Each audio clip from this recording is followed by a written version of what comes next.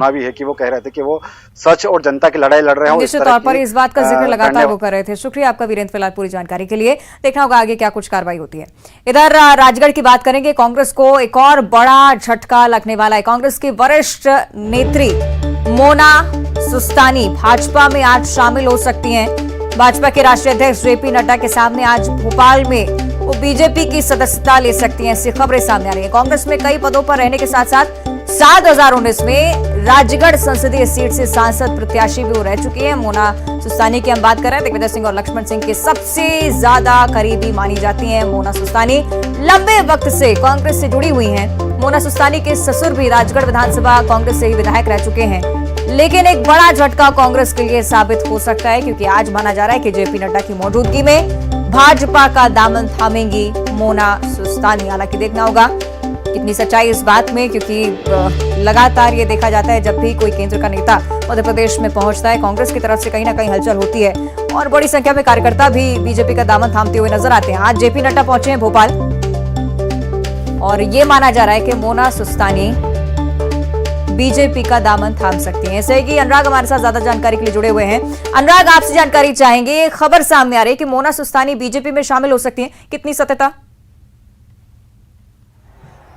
बिल्कुल बिल्कुल, देखिए अभी जो खबर निकल कर आ रही है, दिग्विजय सिंह की करीबी मोना सुस्तानी जो है वो बीजेपी का दामन थाम सकती है और एक बड़ा झटका कांग्रेस के लिए हो सकता है, क्योंकि राजगढ़ में 2019 के लोकसभा चुनाव में पार्टी ने, कांग्रेस ने मोना सुस्तानी को अपना उम्मीदवार बनाया था और उसके बाद जिस तरीके से बीते दिनों कांग्रेस ने दल बदल कर जो यादवेन हैं वो बीजेपी में पहुंचे, कांग्रेस का दामन थामा था। उसके बाद से ये माना जा रहा था कि अब और आने वाले दिनों में दल बदल की स्थिति देखने को मिल सकती है। तो इस समय हम बीजेपी दफ्तर में यहाँ पर मौजूद हैं। अंदर फिलहाल मीडिया को एंट्री पर रोक लगाई गई है। माना जा रहा है कि जो पार्टी अध्यक्ष हैं जेपी नड्डा, उनकी मौजूदगी में मोना सुस्तानी जो है भाजपा की सदस्यता लेंगी। सबसे बड़ी बात है कि मोना सुस्तानी कांग्रेस नेता की बेटी हैं और वहीं राजगढ़ में उनका खासा। ठीक है अनुराग, इस पर आप जानकारी दीजिएगा। लेकिन इस बीच एक और बड़ी जानकारी उषा चौधरी को लेकर भी सामने आ रही है। बीजेपी में उषा चौधरी शामिल हो सकती हैं। उषा बीएसपी से पूर्व विधायक रह चुकी हैं।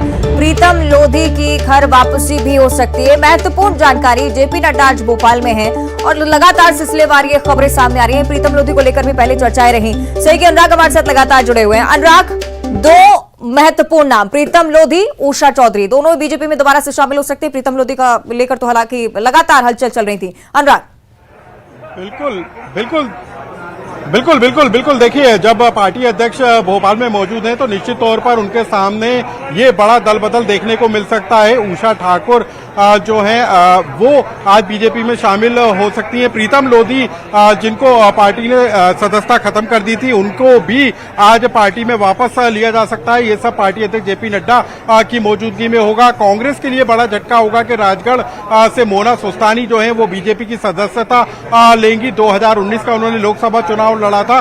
तो ऐसे में बीजेपी अध्यक्ष की मौजूदगी में आज कई जो पार्टी के नेता जो पार्टी छोड़कर चले गए थे, जो कांग्रेस से जुड़े बड़े चेहरे हैं और इसके अलावा बसपा से जो बड़ा चेहरा है वो आज जरूर बीजेपी में शामिल हो सकता है। तो कांग्रेस के लिए तो झटके की बात है, लेकिन बीजेपी के लिए आज का दिन शुभ माना जा सकता है। एक तरफ जहां पार्टी के दफ्तर का भूमि पूजन किया जा रहा है, वहीं दूसरी तरफ कांग्रेस, बसपा और बीजेपी के जो नेता पार्टी छोड़कर चले गए थे उनकी वापसी की जाएगी। तो कुछ ही देर के बाद जो है बीजेपी अध्यक्ष नड्डा यहाँ पर मौजूद होंगे और वो मोना